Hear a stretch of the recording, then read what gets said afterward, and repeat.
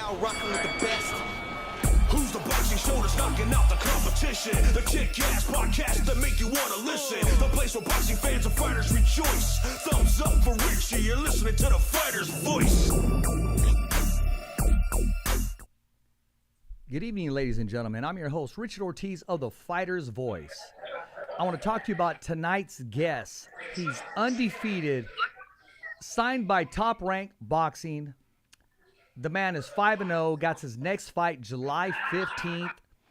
I want to call him a contender, prospect, and just hopeful because before it's all said and done, he's going to wear numerous straps in different weight divisions. Ladies and gentlemen, I want to welcome our guests, Floyd Cashflow Diaz. Welcome to the Fighter's Voice, Floyd. How you doing, everybody? What's up? What's up? How you doing, man? So, you're in the process of what are you taking? A milkshake, a healthy drink, or what's going on here? Right now I'm getting a turkey burger. All right. No bun. You can't have too much bread. But yeah, right now I'm trying to get a turkey burger. It wasn't ready yet, so just waiting. It's all good. They have in a convention. There's a lot of people inside there, a lot. So I'm gonna do the interview out here. Oh, well, that's good. And ladies and gentlemen, I also want to thank our future sponsor. That's Corona Cerveza. They got Corona Light, Cronola Premier. Did I say granola? Wow, man, my tongue is twisted today. Corona Beer, our future sponsor. So it's one of the best beers out there. It tastes good, and you just want to drink it just because of the taste itself. So I want to thank our future sponsor, Corona. So that's something I know you're not messing around with right now, Cash Flow, right. Because, it's all training. It's all business right now. I mean, you're only 5-0, and I don't want to say only 5-0. At 5-0, and you have this following already. I mean, they're watching your every move, your every jab. They got your fights lined up because you are the future of boxing. Knowing this, and you continue to stay busy, because, boxing has no season, and you're ready to go at all times, man. What's your life like? It's really, it's only boxing related. Everything I do, everything I eat, everywhere I go, it's just related to boxing, and that's the way I feel like it should be as a fighter. As a fighter, as young as me, and the path I'm going, and in the direction I'm headed, I feel like it's all it is boxing, Well, I mean, that's good, and that's a way to keep your mind frame going into your career, very dedicated. I'm always anticipating your ring walks. Ever since you came in with the football, the pads, and the helmet, I mean, I'm looking forward to that. Sometimes we get to see you coming in, or sometimes they just already have you inside of the ring. Either way, the live crowd gets to see you walk in, man. What can we expect July 15th? Anything you could tip your hats to us on, or we just got to be surprised? Well, it's since my grandfather he passed, the day of the fight, I didn't really get to do it like a tribute in a way, with the outfit and all right. that. It was initially meant for my father's friend and also my friend Orlando Diaz. He ended up passing away I think a week before that, or the day of my birthday. So yeah, around there. And he ended up 2 weeks. He ended up passing away. So we initially did that outfit for him. So this outfit is gonna be my grandfather related. I'm gonna have his picture, everything. It's gonna look nice. I did reach out, by the way. I said congratulations. I also said my condolences to, and I reached out. I wanted to make sure that I did that. You seem to continue to block things out, of life. Life has tragedies, I know personally, but you continue to stay focused on that path. Is that something from your upbringing? Is that something you want to dedicate to your grandfather? Is that something that just runs in your gene? Is it in your DNA? I mean, I could say it's a Diaz thing, you know what I mean? But also, I just feel like me as a person, I have a strong mind. I know, my dad had to tell me, before the fight happened, I couldn't just not know. So he had to let me know before the fight, and I can't just forget it and pretend like it didn't happen. Yeah. It did. I just had to kind of put it to the side and focus on the task at hand, and that's what I'm really good at. You know, when the lights shine, you know, I'm there, I'm ready, I'm always there to perform. No matter you know what happened or what has to happen, you know, I'm always there to perform. So I don't know, I just feel like that's just some, you know, a me thing, the way I can go about things, especially my dad, you know, 'cause that's his father, you know, and he was able to still be there with me and give me the right instructions in the ring. So yeah, I can say it's a Diaz thing. There it is, and you know, I'm sure your grandfather is very proud, and he's there every step of the way, and he's your guardian angel. That I will say, because like I said, I do know loss personally, and I know how we try to find things. I call it our serenity, my serenity. Actually, this show is my serenity, Floyd. If I didn't have this show, I don't know what I'd be doing. I'd be going crazy, because I dedicated this show to my son, you know, who I lost. So doing that and moving forward, I know you still have goals. I know you still have a lot to achieve and to get back to boxing. But we're going to take it one fight at a time, and you're very focused. What do you know about your opponent, July 15th? You know, I know I've been watching a couple fights. This one, actually, he has you know, a couple fights on YouTube. He's a real come forward type, you know. He was born in Mexico, he was born and mainly raised in Mexico.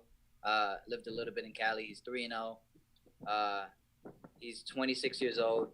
So he, you know, he could be 27 by the time I fight. I don't know when his birthday is, but he's just a real come forward type. You know, lets his hands go. You know, tries to follow you out. You know, tries to you know make it a dog fight.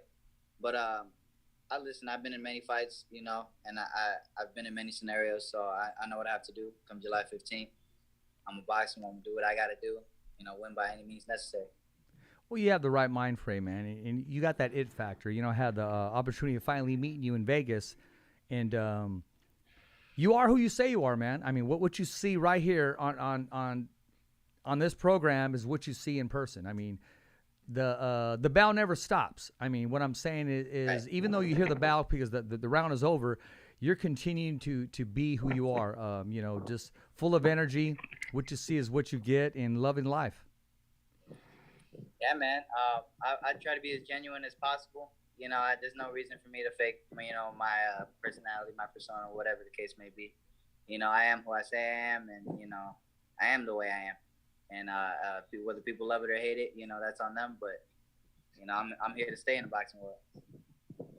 What was the energy like, man? I mean, because I was on the Oscar Valdez fight and Shakur Stevenson undercard. What was the energy like once you entered the ring? When I saw you there? Oh, the energy like when you saw me? No, just the day of the fight. You know, walking in.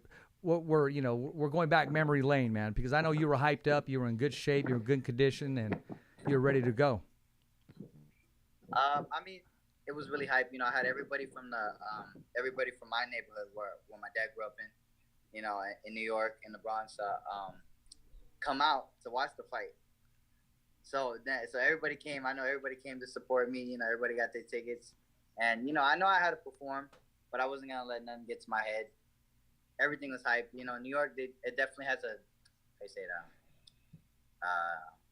like a different way about things. Everything is New York is more live. Thanks, sir. Everything's more live. I don't know. Everybody's it just brings more excitement. You know, Cali and Vegas, we have a lot of you know, everybody's there. It's same energy, but just a different vibe. You know what I mean?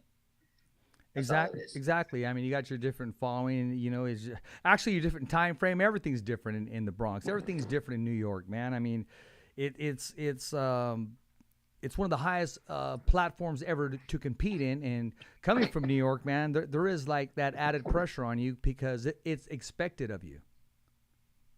Right. Yeah. People, you know, they're very hard to, you know, criticize me or whatever. And what do you say to those that criticize you? What do you say to the critics? I mean, you're 5-0. You're at the early stages of your career, and yet they're ready to point the finger and see fault. And you know, even though you know you're having a great career. I mean, listen, the critics, they say what they want. I do pay attention though. I'm still hearing, whether they say good or bad. Everybody has a peace of mind to say. The most important voice is obviously my father and my team. That's right. When it comes to terms, just in boxing and life, just what I should do, what I could have did here, what I could have done there. Mm-hmm. But I still take into account. I think we lost him a little bit. Was that our loss or did he? I'm sure he'll jump back on. I don't know. Is that our bad or is that because we lost him? Okay. Yeah, things happen when you go live. I mean, a lot of things can happen. Maybe he was eating his turkey burger and, he ate some of the bread that he said he wasn't supposed to eat. Because I like turkey burgers. You like turkey burgers? I like it with the lettuce, with bacon on there, extra cheese. Mm-hmm. And I guess that just, what's the point? Might as well just eat bread. But, I try to avoid bread as much as possible. I try to stay in shape like Cash Flow Diaz, who has a young career and is doing very well.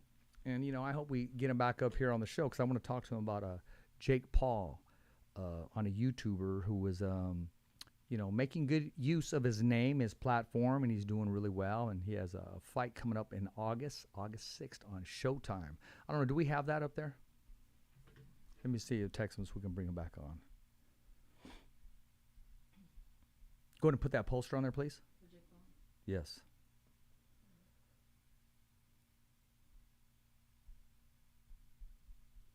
That was your cue. As soon as we say Jake Paul, there we go. No, not Tom Fury. That's not the one that I sent today. Get that one off there. Eliminate that one. Let me text him. Can he come back on?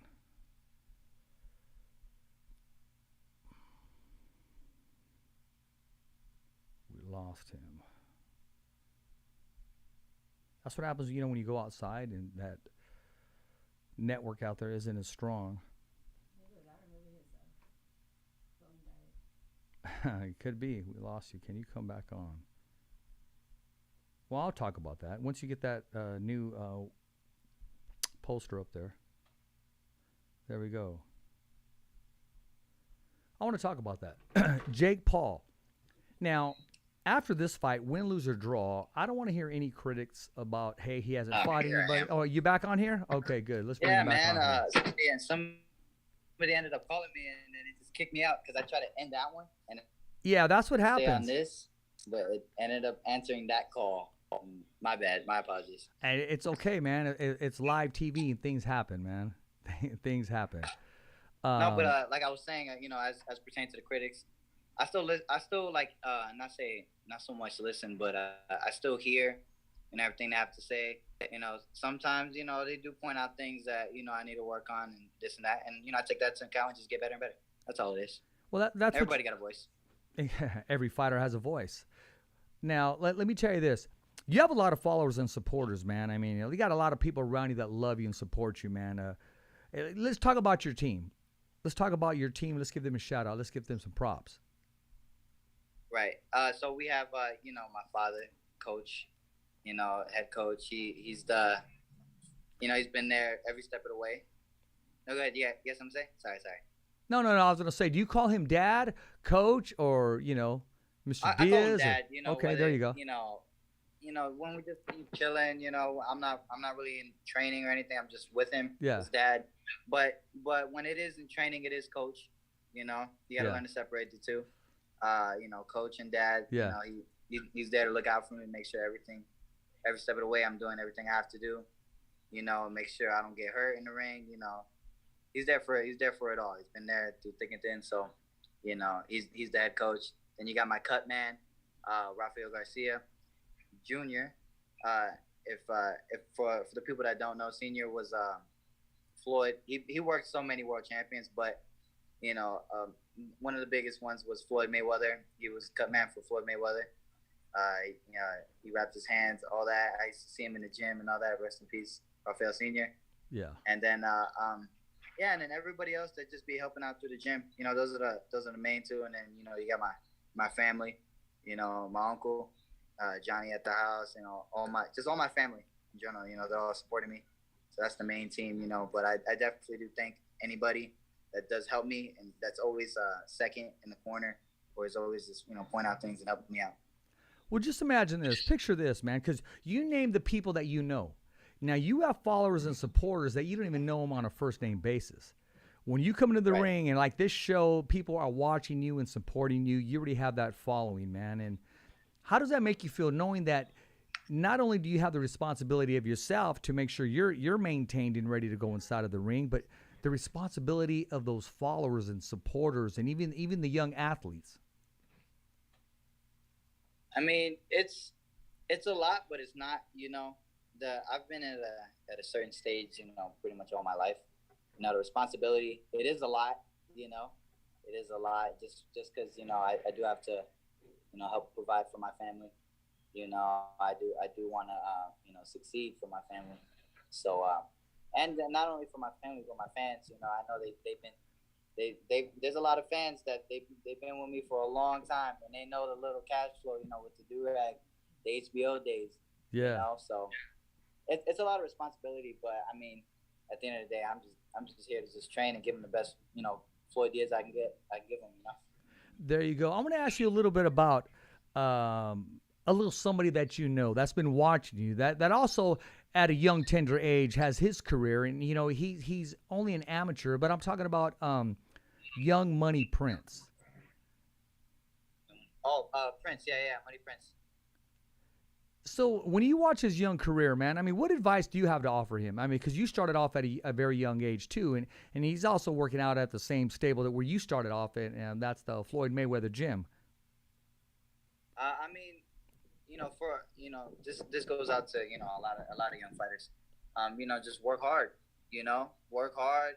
You know, don't stray the path. There's a lot of distractions they can get, and I get it, especially as a kid. You know, you want to be a kid, but at the end of the day, boxing, it does. If you really want to be at that level, it does take a lot of sacrifice. So we'll take a lot of play time, a lot of game time, this, that, and the other. You know, so just focus on, you know, obviously school. Make sure you get school out the way, you know, and make sure you're focusing on that. And then, you know, boxing, make sure you're listening to your father or coach, whoever that is, and just focus. You know, I know you know him very, very personally, and what do you think about the steps that he's taking in as far as his boxing career? And I'm talking about Young Money Prince. I mean, I think, you know, especially as an amateur level, you see me, I had 210 amateur fights. So, you know, I boxed a lot, you know, as much as I could when I could. So I think that for him, you know, he's doing fine with the training and all that, but I do think he needs to get some fights in, you know, keep fighting more and more as much as he can. You know, I used to, you know, fight bigger guys just to get the fight. Just, you know, 10, 15 pounds, I didn't care. You know, I just wanted to fight. So I think that's, you know, that's the step he should take, is to really, you know, just, you know, Cali, all that. That's where I had a lot of my fights, you know. Yeah, I know Marcel does have him lined up and want him to get some more fights underneath his belt. Actually, there's a question coming from King Marcel. It's to you. It's, what's the biggest lesson you've learned from your journey? Whatever the lesson is, do you know how to use it to inspire the younger generation?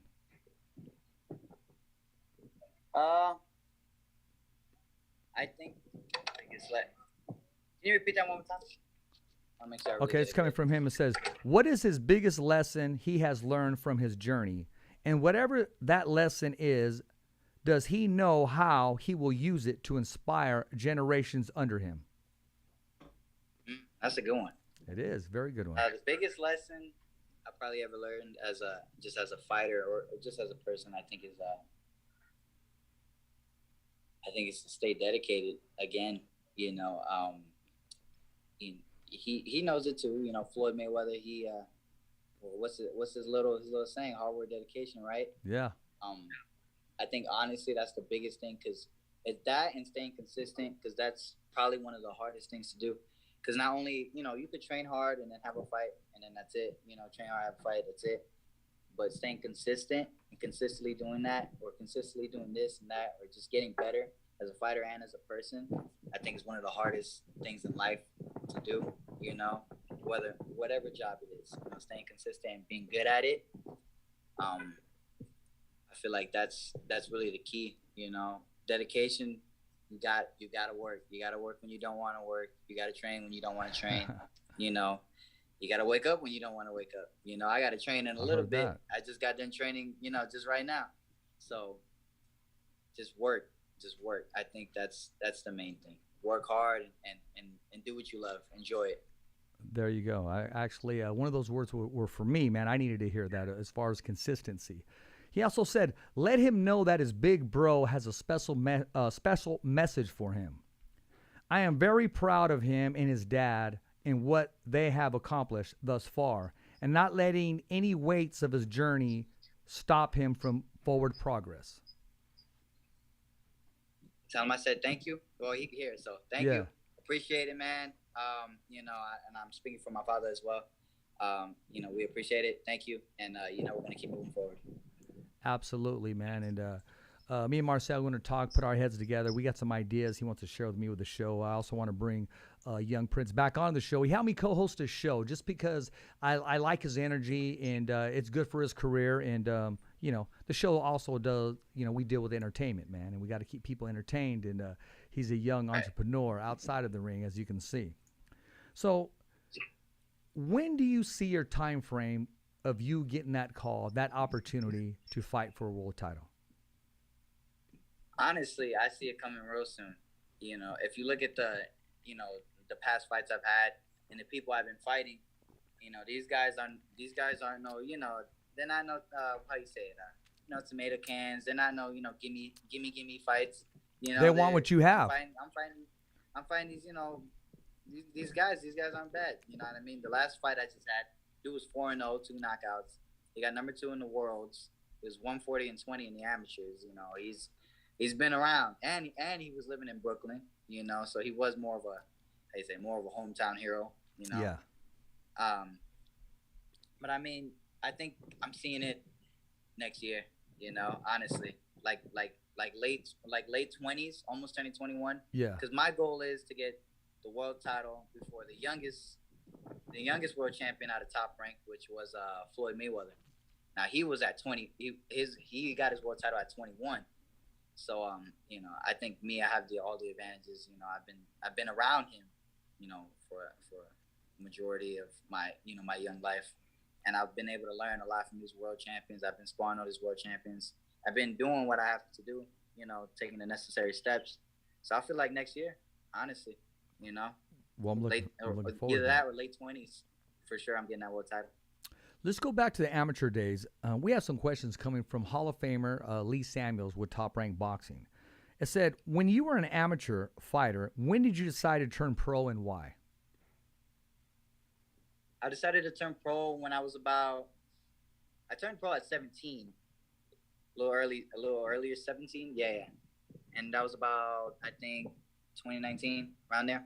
And, well, I turned pro just because, you know, amateurs, as you know, they, you know, especially now, they take a lot more, money now. It's a lot. You got to pay for the hotel, the car, the food, you know, everything.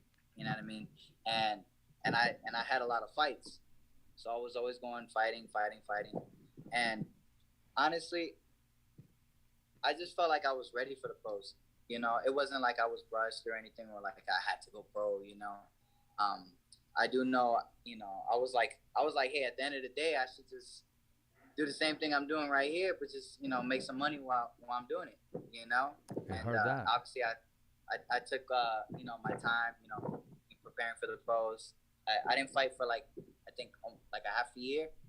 Almost turned 18 is when I had my first pro fight. So I was, you know, slowly transitioning, and even the transition now, I'm getting better and better and better. Maybe I'll box these guys, but now I want to get them out of there. I want to knock them out. I know I can. So I just did it because, you know, I felt like I was ready. I felt like I'm, you know, even though as young as I am, I feel like I'm ready. Well, he also asked, he goes, looking ahead, who would you like to fight right now today? Who do you have your eyes on? Well, if he does move up to 122, or I move down to 118, it'd probably be Naoya Inoue. Oh wow! He's the head honcho right now at those weights. You know, he's the monster or whatever. Yeah. And I know I could beat him. He's a strong, and that's that's saying a lot, but he's a strong fighter. This, that, and the other. But I know I'm smarter. I know I could be ready for him whenever if I ever do get the call, or if it goes up or I go down. For sure, be in Iowa. Brother, you're going right after Godzilla, King Kong, the Megalon. I mean, you're going right after the main Chingon. You might as well just call out Mike Tyson. And you know what? That's inspiring, man, because you know what you want. You're not afraid to let the world know what you want. And apparently you're doing what it takes to get there. Right. Now, I ain't scared of nobody. You know what I mean? This is a cutthroat sport.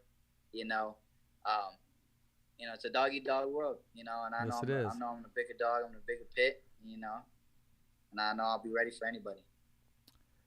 Lee has some great questions. He said, what's tougher, training for a fight or the day of the fight, fighting in the ring? Oh, for sure the training for the fight.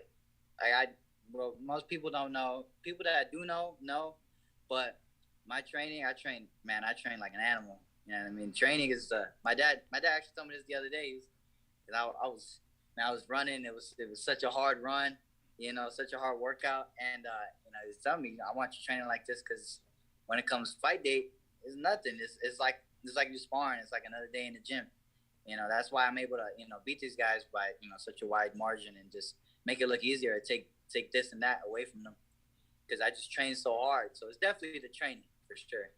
So the training is the vegetables, and the day of the fight is the sweets, is the dessert. Is that safe to say? Yeah, that's safe to say. Yep. Agreed. Exactly, man. Let me see, because he has a lot of questions, but I'm gonna cut right through the meat right here. Okay, I like this one right here. It's when you get in the ring, what's the first thing you look at your opponent to size him up? I mean, I don't really look at the arms. Like sometimes I do, cause the last fight, the dude, I looked at the box rec and he had a 6-inch reach advantage, which is and that's pretty big reach advantage. Yeah. For especially them, and it's a little more awkward just because he's my height. Yeah. So I get it if he was taller, it makes sense, longer arms, but he's my height, longer arms. So, but I mainly just look at their eyes, to be honest. If you look at all of them, like when they bring us up to the middle of the ring, I just look at their eyes. I just look to see if they're about it, because he was talking before the weigh-in. He was talking at the weigh-ins. He was just talking, and I was like, all right, I ain't scared of no one. So I think I like to size up just by looking at their eyes, to seeing if they're about it, see if they got that fire in them. Floyd, when do you know? You as a fighter, a professional, you convince yourself and get yourself ready to know. But when do you absolutely know? I mean, when you look right through the man, or when you already felt his best punches, or you could already tell just by moving around, you know what, this guy doesn't belong in the ring with me. I think, if you you really go into that, it's probably a round, when you're already a round in, and you're oh, I already know what he's gonna do. Because I could already take away, even mid-round, I could take away, I'm oh, he's doing this when I throw this. I'm all right. But honestly, I think it's the jab. It's the jab. Once I come out the bell, yeah. And I can say this for a couple other fighters. When you come out, you just throw that first jab. Throw that jab. Or just feint. You see how they react. You see how fast you can get to them. Yeah. And that's how I already know it's over. Okay. That first jab. A lot of times, are you looking for the reaction, or are you looking for, oh, this guy's afraid? Because there's reaction, there's reaction, but he's still in the fight, and then there's fear. Right. I'm just looking more so a reaction. There's some guys that'll fight you. They don't got no fear. They don't really care. Which is all good, but it leads to a lot of ignorance too. Where they think they could take a punch. When they get caught, they're not gonna like it. So I think it's more reaction, or just to see what would they like. What would they do? What's more habit? It's a lot. That's a lot of things with fighters. Just as humans, we're a creature of habit. So absolutely. Now, Floyd, without giving too much away, you can only answer one. What is your highest rating? Would it be your boxing IQ or your power inside of the ring? I feel like it's my boxing IQ. I could take a lot away from a fighter. And I could say that, like in the same like tense as Floyd, Mayweather, I learned a lot from him, just watching him spar, watching him fight. And I feel like I could take anything you got away from you and, and just make the fight easy.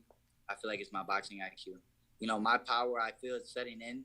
I just have to sit more on my punches, because this is pros now. It's not amateurs. I was used to the, tap, tap, tap, pull, tap, tap, tap, get out, in and out. Now it's pros. It's the hurt business. So I do have to start putting in pain a little bit. But for sure, my boxing IQ. I'm going to stay in your division a little bit, give or take a 5 or maybe even 10 pounds. What's your take and what do you think about Andrew and Jason Maloney from Australia? What's your take on those brothers? I think they're really level-headed fighters. Like they really like they're type of fighters where, how do you say it?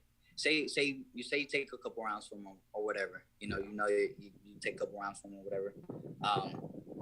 They'll still listen to the game plan and still whatever the coach says, they'll do. And I've seen it in sparring. I sparred with them, both brothers. So coming from my experience, I feel like that's like one of the things they have like a really good listen. Like they stick to the game plan no matter what. Well, that's very good because a lot of people they'll lose it once they get hit. A lot of things change, or they don't trust the game plan, and it sounds like they're very disciplined and they're going to run the game plan through. Now, I'm going to mention 2 set of brothers, and first of all, we'll break them down because they're both world champions, but we'll mention them together. What's your take on Josh Franco, Professor, and Jesse Bam Rodriguez?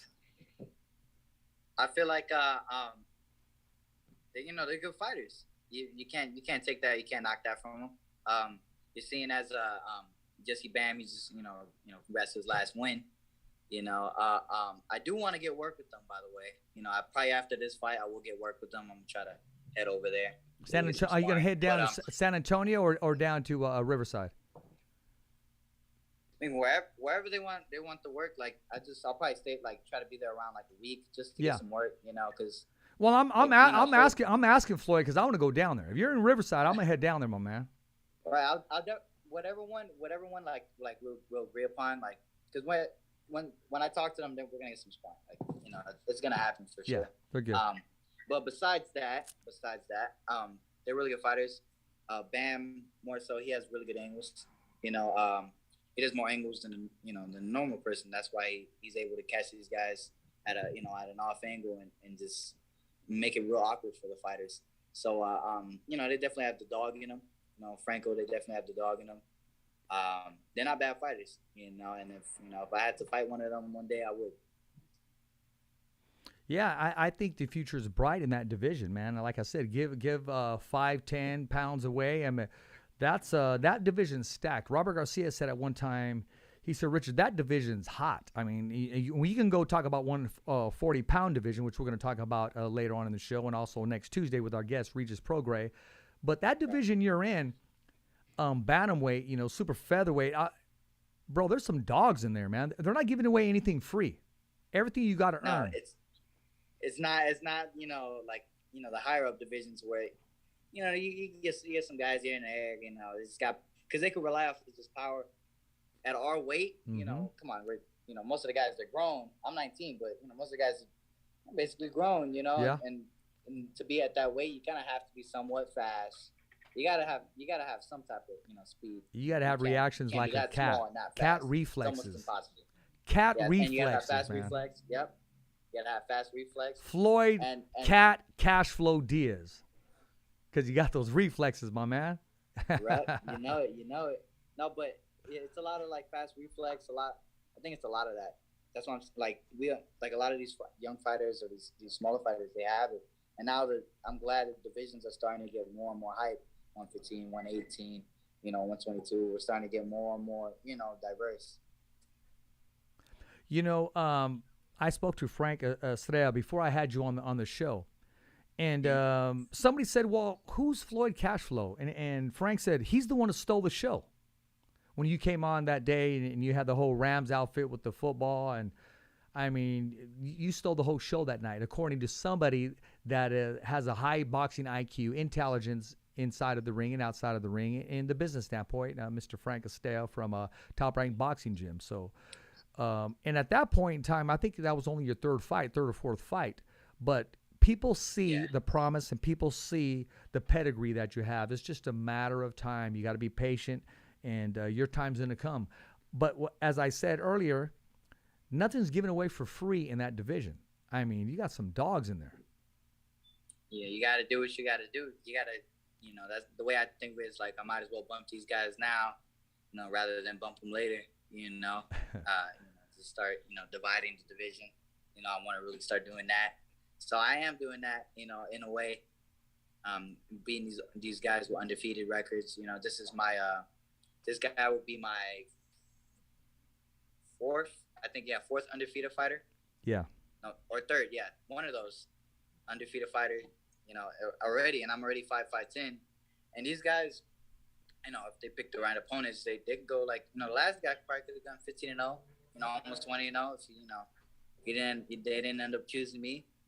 But these guys I'm fighting, they're not no chumps, and they're not give me. So I feel like this too is gonna give me better experience. So when it comes time for me to have that world title fight, I already kind of have that.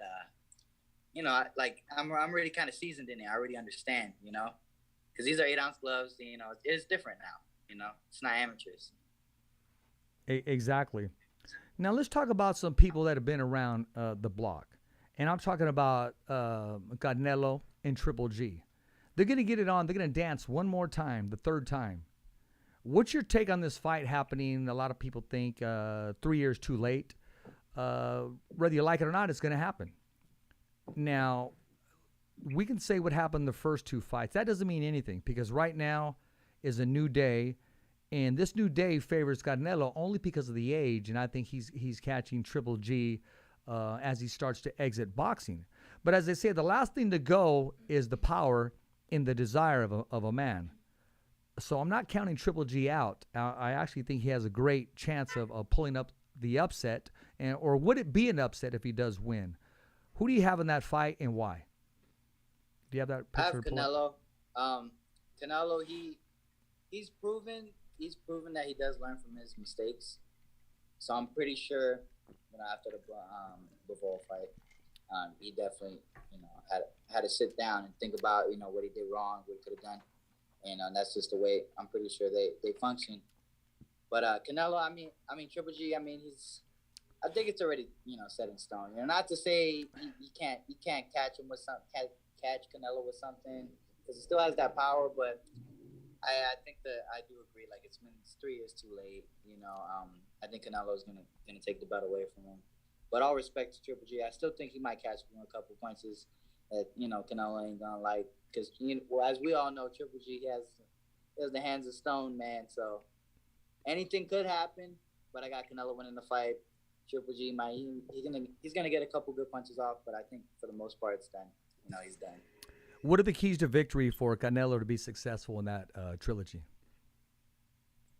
Like he did for the second fight. The first fight, when we saw it, it was very controversial. Even I did think Triple G won that fight.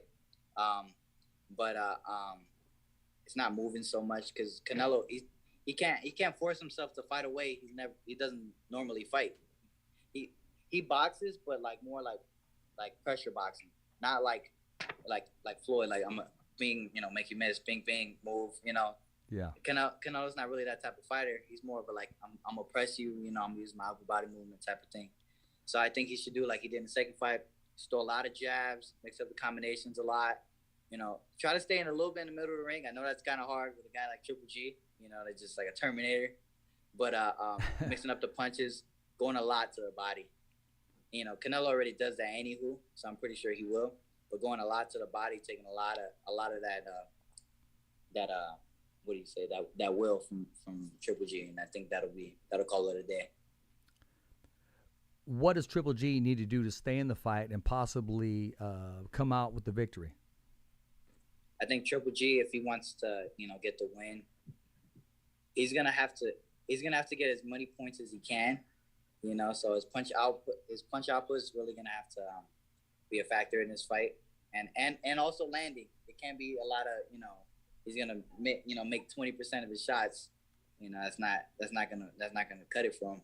That, and I think since he's the older fighter, he's the more, you know, slower fighter. I think he does need to lure Canelo in to a counter punch and catch me, like the hardest shot he's ever thrown.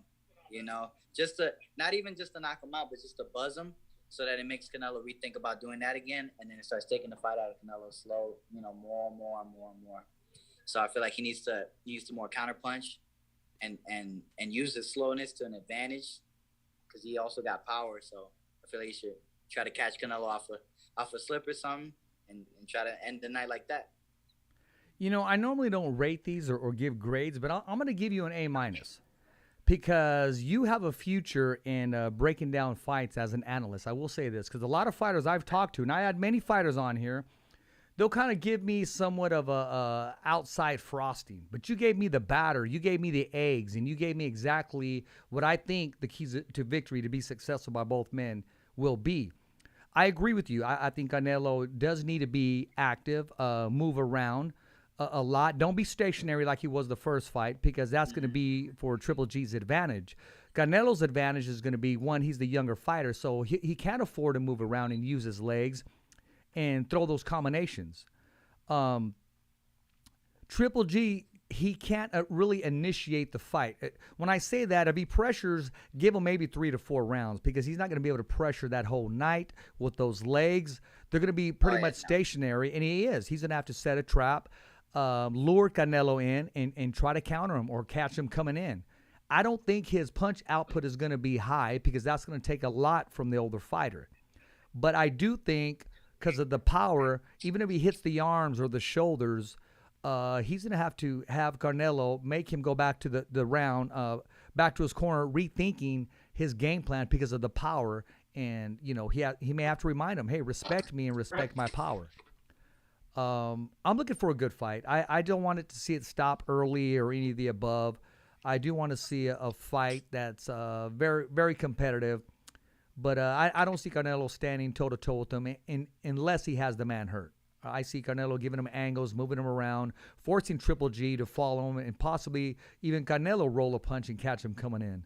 I do agree with you that Triple G is going to have to lure him and set a trap, because to pressure him the entire fight, I don't think he has the energy in the second half of the fight to continue to be successful.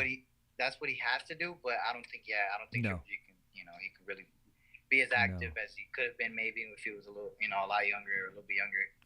You know, just had that, you know, that young, you know, just the young energy. But I'll take it even further, Floyd. I think he's going to have to give away. I'll take it a little further, Floyd. I think he's going to have to give some rounds away just to try to catch him in there, because regardless, he's not going to be able to match him up with the speed and just the, you know, the consistency of round after round. After 6 rounds, he's going to be looking for another game plan or just looking for the knockout. Right. Nah, he has to, you know, set a trap for him and catch Canelo off guard, which is, you know, would be a little hard. But I mean, if he can pull it off and catch him with a really, really hard shot, I mean, you know, you can maybe buzz him. But I do have 10 more minutes left though, because I do have to go training after this. So I'm already heading to the gym right now as we speak. Okay, well, you let me know when you need to ring that bell, because actually we got exactly 15 minutes left before the show, but it's okay. It does sound that's an even swap right there. I appreciate you being on the show. Next time you go to training, you can take us with you to training. I'll put Pops on the phone, and we can see you work out a little bit and see the method. And next time we'll do the interview where you're getting your hands wrapped or something. I think that'd be good for the fans, the followers, and the supporters. In-depth, you know, like absolutely in training interview. Absolutely, man. That would be cool. Now, before I let you go, one last thing, man. Let me know what you think about Jake Paul, and let me know what you think about now that he is fighting a legitimate fighter in Rockman Jr. And it's supposed to take place August 6th, Showtime, boxing, Madison Square Garden. That's in the Garden, right? Yeah, Hasim Rockman Jr. Yes, sir. I think, look, Jake Paul, I mean, he keeps trying to prove himself. You know, he tried, you know, getting that Tommy Fury fight happening, but all that stuff with the embassy, and it ain't end up pulling through. So he's trying to fight a real fighter. He is fighting a real fighter. I mean, he's proven himself. I mean, I can't knock him. He's making great money.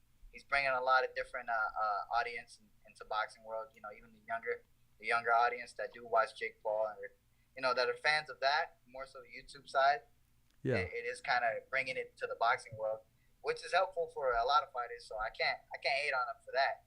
So I mean, I think he just needs to work really hard and study as much boxing as he can, because obviously he started really, really late. But I mean, he has the potential to do something. I can't hate on him. He's doing what he got to do, and he's making them big bucks. So, hats off to him. Now, let me ask you this real quick before I let you go. Would you feel disrespected if a YouTuber in your weight division calls you out and wants to share the ring with you? How would you feel about it? Oh, I feel like the way Canelo did. What did it? Jake Paul tried calling out Canelo, right? I was just laugh. I mean, hey, if he wants to, get to that stage and say I do have a belt already at that time or whatever, you're gonna have to go to the same steps I did, and obviously you'd have to bring in paper. There'd have to be if the money's right. Worth your while. Hey, I'm a prize fighter, so that's what Floyd says. I'm a prize fighter. I fight for a prize. Duh. So I mean, if the money's right, and why not? I could just knock them out early and then get that paycheck. Exactly, man. I'm gonna let you go, man, but I'm gonna let you go with this. Next Tuesday, we're gonna have Regis Prograis on the show, former 140-pound world champion. He's ranked number 1. He's been doing everything asked of him to do ever since coming off that loss to a close decision to Josh Taylor. Now, Josh Taylor vacated 2 of the belts, and Regis Prograis is not fighting for one of them. You have Jose Ramirez and Cepeda fighting for the WBC belt. You have the WBA belt that's floating out there, and Regis Prograis, his name is not being called. And you still have the names, Arnold. You still got the Arnold Barbosas out there, and possibly the Teofimo Lopez is out there at 140-pound division. That division is stacked. It's red hot. So he made a video the other day, Regis, and he said, "Someone please tell me what the fuck is going on. I don't know what more to do. I'm ranked number 1. I've done all that you've asked me to do, and yet I'm not even getting a title opportunity." So next Tuesday, he gets a chance to tell the world exactly what he thinks and what should happen. And I'll ask him his take on who should win the fight and who should be in this 140-pound division opportunity to get a bout. Of course, he's going to say him, but I'm going to ask him who he wants to share the ring with. Knowing this, Floyd, next Tuesday, I expect a question from you. You can submit the question to me, and I'll read it, and I'll give it to Regis Prograis. And Okay. we'll see how he responds to that. So I'm still going to keep you part of the show, my man. Of course. Now I'm gonna have to think about who do you want to get in the ring with. But I mean, he's deserving enough, at least for the the WBA is just floating, like you said. They already have that fight mandated for the WBC. They have the WBA floating. Might as well have him fight for that. You know, or at least have an eliminator. He fight whoever, and then some other guy fight whoever. Yeah. And they should fight for that. The winners of that should fight for that WBA belt. That's what I think personally. If he's already number 1, he's done what he has to do. He just has to play the politics and make the fight happen. Might have to start calling some names. And that's what we're going to talk about. We're going to talk about that without getting too in depth, because I can give you my take on it, but we're going to have to wait till Tuesday. Floyd, Right. it's been a pleasure. I mean, you're always a part of this family, this team right here, the Fighter's Voice, the only voice that matters. You got the cash flow going, man, and we're following your career and watching the progression of your career, and we're right there in your corner, make it happen. I see the shirt. I like the red one you had in Vegas. Yeah, the red, white, and black one. Oh, yes, sir. Thank you. Yes, sir. If you got an extra large floating around, man, I'm gonna have to snatch that thing. Yeah, I'm gonna have to start making more. You're gonna have to. Like I'm really working with my dad on that. There you go. We have a lot of ideas. I got to get your dad a Fighter's Voice T-shirt too, so you guys can both rock them together. Okay. Yeah, he's depending on how the shirt feels, he's a medium. He's Okay. a medium. Oh, well, these are good shirts, man. These ain't the ones that you buy at the Ramate at 3 for $10 and then they shrink. No, these are good shirts, bro. These are the good ones right here. I mean, the arms fit you good, the sleeves fit you good. It's good quality, man. Because I don't want to just give them away and then everybody's like, yeah, whatever. No, I want to make sure that they feel good wearing them. Right, same here. So we're trying to think of what material, what type of shirts. Exactly. I'm definitely gonna get that out real soon. Hey, man, what do you got to say to all the fans, the followers that watch and support Floyd Cashflow Diaz, and how can we follow you on your Instagram and your Twitter? I want to, thank all of my fans. I appreciate them. I love them. Without them, a lot of this can't be done. I appreciate them for watching the journey and still watching the journey to being world champion. Just keep watching me. I'm gonna be world champion soon, and it's only a matter of time, baby. But you can follow me on Instagram at Floyd Cashflow Diaz. And then Twitter, that one's at the real Cashflow. Yeah, let me see. Hold on, it's messing up. Yeah. Oh, there it's you go. It's the real Cashflow. So you can follow me on Twitter and Instagram by the handles of that. So, and then my Facebook is just Floyd Diaz. You can look me up like that. Facebook, Twitter, and Instagram, all my handles. Yep. Well, man, we're going to watch you and support you and continue to be in your corner and in your journey, man. So I'll let you go. Have a great workout. Have great training, man. And remember, iron sharpens iron, man. So help some of those brothers out there and seek their help too, man. You guys are all a team when you're inside of that gym. Give your pops my best, and hope to talk to you guys soon. And shoot me your address so I can make sure I send one to your pops. Okay, I got you. All right. All right, brother. See you. All right, I'll rap to you later. Bye-bye. Yes, bye-bye. You already know, huh? You already know. Yes, sir. Yes, sir. Well, ladies and gentlemen, I want to thank our guest, Floyd Cashflow Diaz, for taking time with the Fighter's Voice. Right before his training, he got a big fight July 15th. When I say big, because right now they're all big. Once you're undefeated and all eyes are on you, we're talking about a superstar in the making. He embraces it. He knows what he needs to do for the journey to be successful, and he knows who he needs to surround himself in order to be successful, and it sounds like he's doing just that. I want to thank all the questions that came in today, those that had took the time to subscribe to the channel. And if you haven't subscribed yet, please subscribe and make sure you hit that button, man, so you make sure you follow us. It's www.youtube.com/thefightersvoice. Remember, every fighter has a voice, and so do you. Next Tuesday, make sure you tune in at 6:30 p.m. Pacific time when we have former lightweight champion of the world, Mr. Regis Prograis, former junior welterweight champion of the world, Regis Prograis. He's going to give us his take on the 140-pound division, and he wants his answer, why am I not fighting for a world title when there's 2 titles that have been vacated and I've been the #1 contender? And also, who's going to win between Jose Cepeda and Jose Ramirez, who will fight for the WBC vacated title? And what's next for Josh Taylor? And what's next for Regis Prograis? I'm your host, Richard Ortiz, live here in Fresno, California. As always, it's a wrap. Thumbs up for Richie.